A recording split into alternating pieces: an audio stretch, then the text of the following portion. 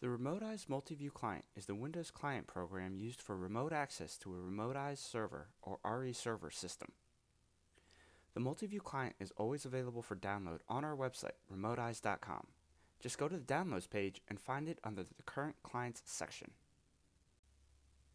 Once downloaded, make sure to unzip the file and run the installer by right-clicking and selecting Run as Administrator.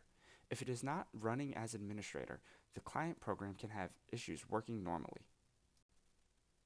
Once it is running, we have the saved connections here on the right side. To add a new connection, press the plus button.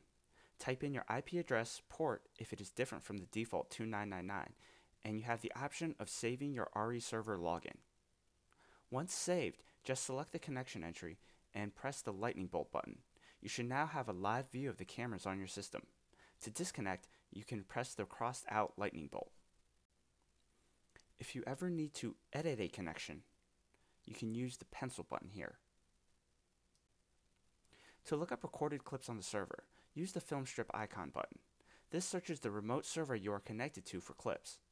You can use the download video button to download any clips you wish to save to your local computer. Once downloaded, you can view the clips again using the player, which you can open by using the Launch Player button from the main Multiview client screen. The RE Player program launches and allows you to search by date, time, and channel. Here on the calendar, the red circle is the current set date.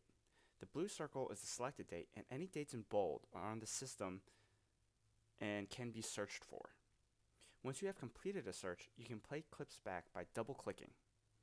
From here, you can save multiple clips by holding Shift and clicking on the search results. You can use the same technique with the control button to select or deselect individual clips. Once you have the desired clips highlighted, save them by using the Archive button.